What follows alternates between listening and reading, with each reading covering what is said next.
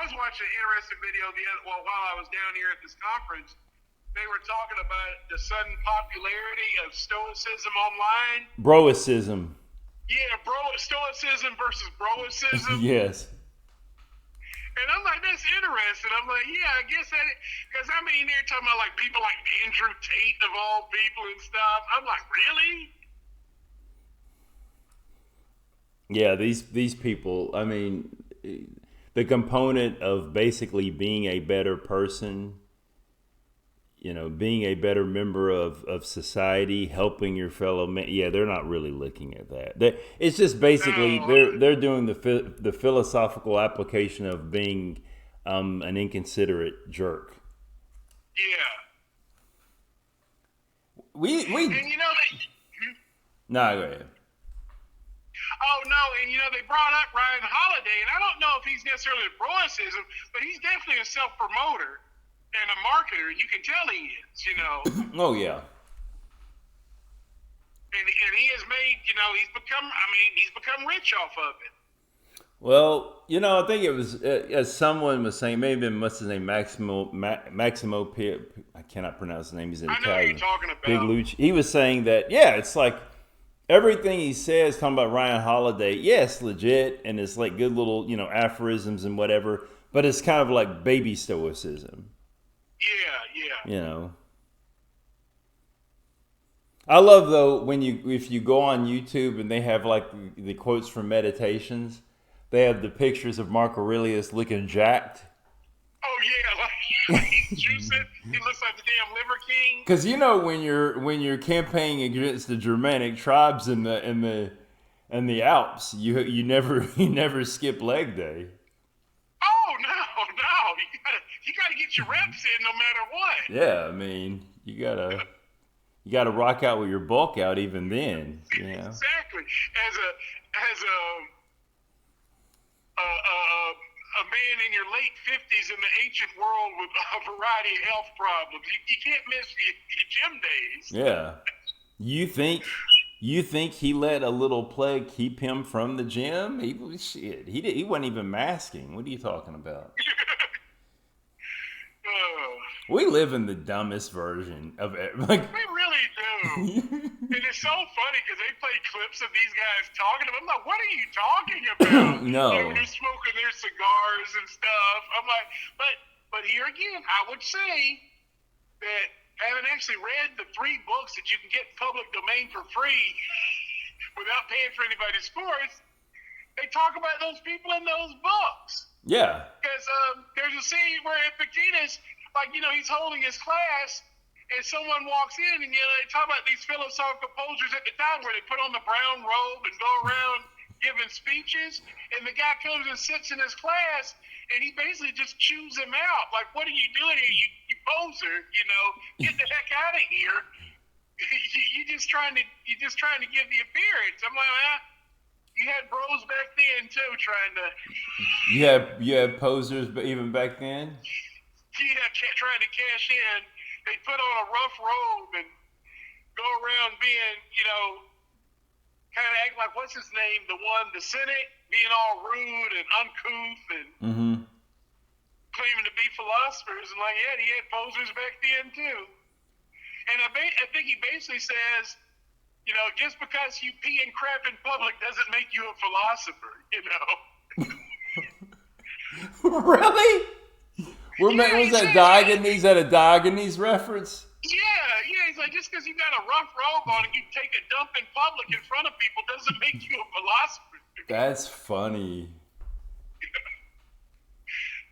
Wow. Even then you have posers. It's really... It's funny though, going all these guys, like the manosphere guys, they put down women, yet they're obsessed with getting women.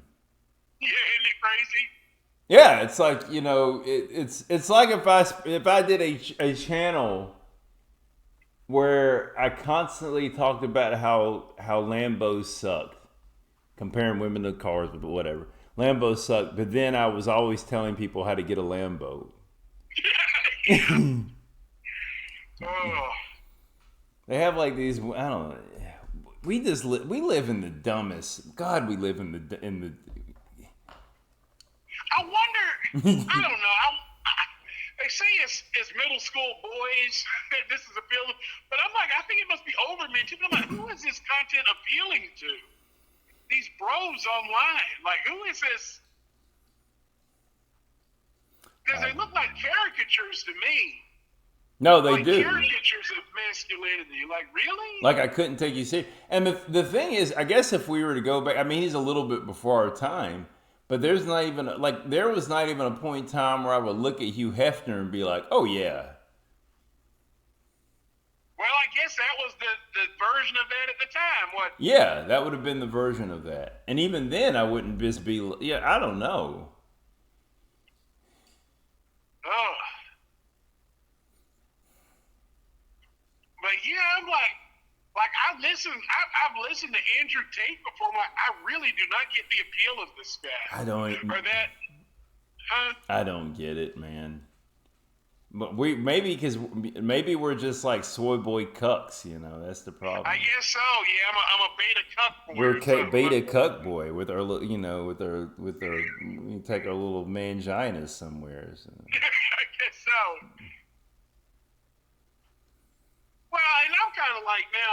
I was having a conversation with someone. They're talking about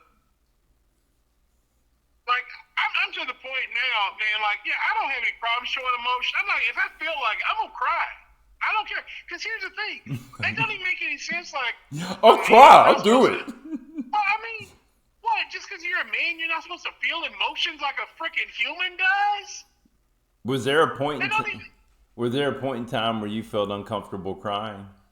Yeah, but now I'm like, I don't care because I'm like, okay, you can either bottle these emotions up and they're going to explode in a violent way, or you're going to do like a lot of men do. You got to get them out of your head, so you do it with a bullet, you know, and I'm not going to do that. Yeah. I'm not doing that. I don't see why having a penis means you can't show emotion. That doesn't make sense. I'm gonna say this, and I don't mean this in any type of negative way, but I think you've always been I think you've always been more of an emotional person than me. Well, I guess some people are, but yeah. I mean, and I don't mean that's a bad thing, but I don't think I have a problem crying, but I don't remember the last time I cried. Like, I don't really feel. But you know, I noticed though, and I noticed with kids in my class, but also with grown men too. I'm like, they say, well, men aren't emotional. Of course, men are just as emotional, if not more so, than women. It's just they express it differently in aggression and anger, so you don't see it the same way. Well, that's an emotion. Yeah, that's why I was kind of hesitant when I sat there and said you've always been more emotional. I was thinking, well, there's anger, and I don't want to be offensive, but I think you're more emotional than I am, and that's not bad. I think maybe I'm just kind of dead inside. I always joke around saying that I have basically two major emotions: angry and excited. I don't know. But no, I'm done with that whole, and that's BS. Yeah. And these bros teaching that, man, that's messed up. You're setting people up for failure. And there's a reason, you know, you got elevated suicide rates amongst men in, you know, late middle age and stuff because they can't deal with it anymore and they can't get help for it, you know?